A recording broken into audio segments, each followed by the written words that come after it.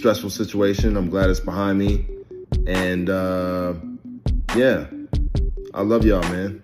Sean Diddy Combs is accused of a lawsuit by R&B singer Cassie, claims that she was in a years-long relationship with Combs that also involved beatings. And then one of the times she left, she actually had a brief relationship with Kid Cudi. When Diddy found out, he allegedly beat her, threatened to blow up Kid Cudi's car.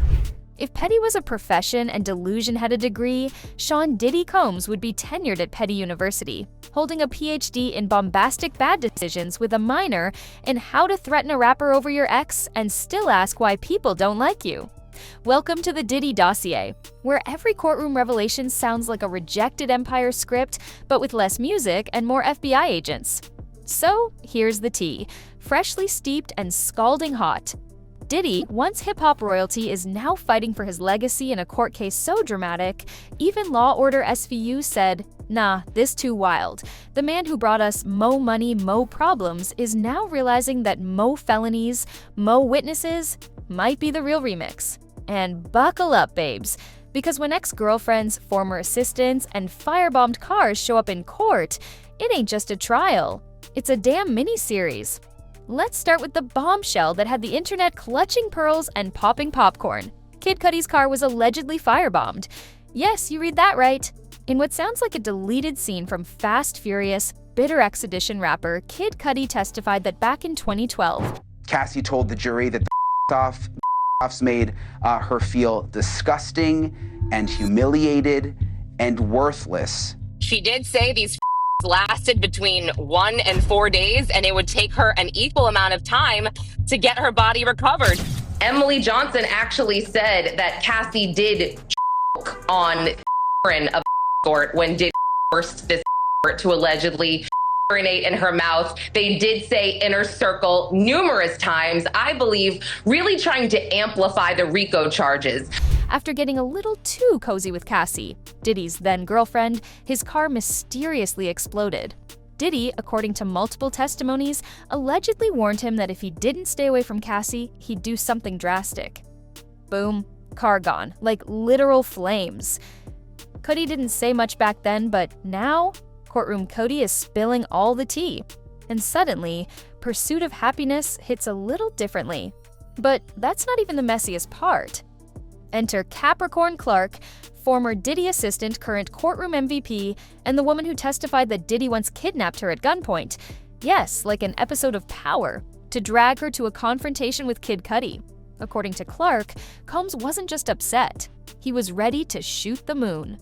He forced her into a car, took her to a dark location, and held her hostage while allegedly to kill Cudi over Cassie.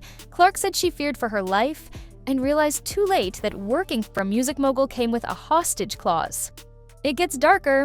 Clark revealed that she wasn't just emotionally manipulated, but was also forced to take lie detector tests anytime Diddy felt paranoid. And he was always paranoid. Like, why are there only 17 blueberries in my smoothie? Paranoid, the man ran his life like a surveillance state, except with fewer laws and more rage. Clark also claimed he made threats about her family to keep her in line. The FBI didn't need a search warrant.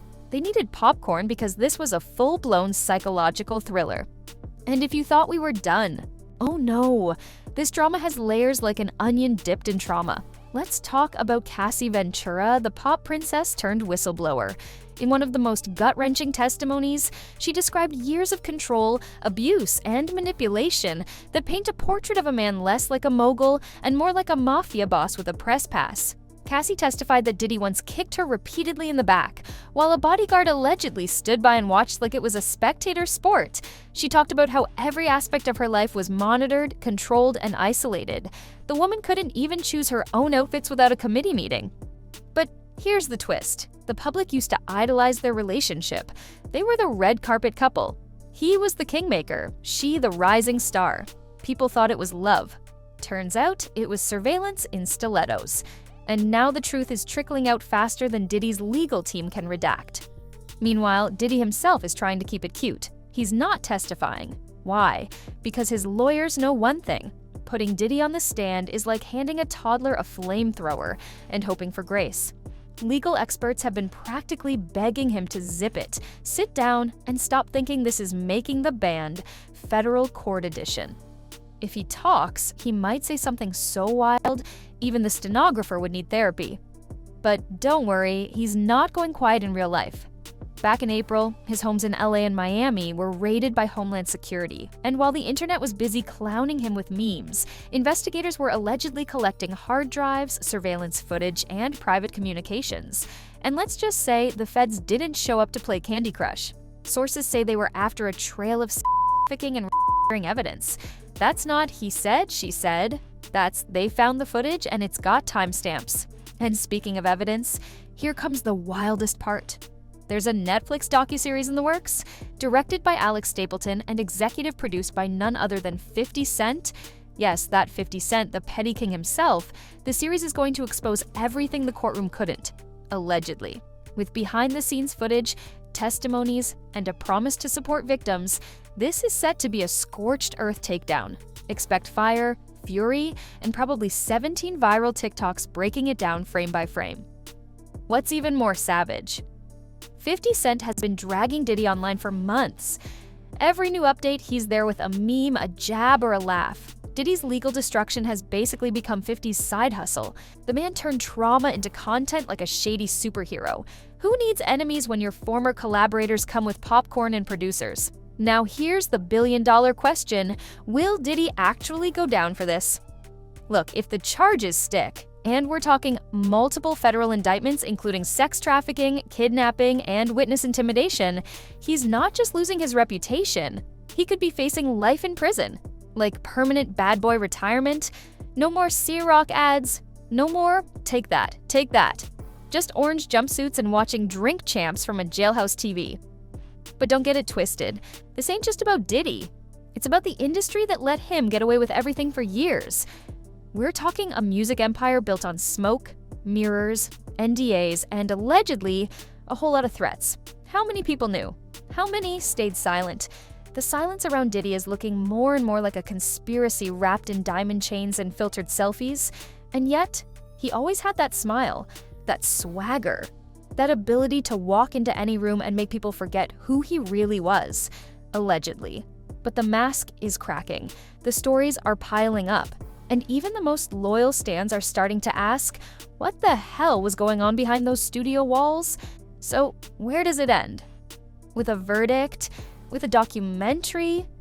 With a hashtag campaign? Honestly, this saga is still unfolding like a never-ending group chat that keeps getting worse the more you scroll. But one thing's for sure, Diddy's empire is no longer built on hits. It's built on depositions, subpoenas, and tear-stained testimonies.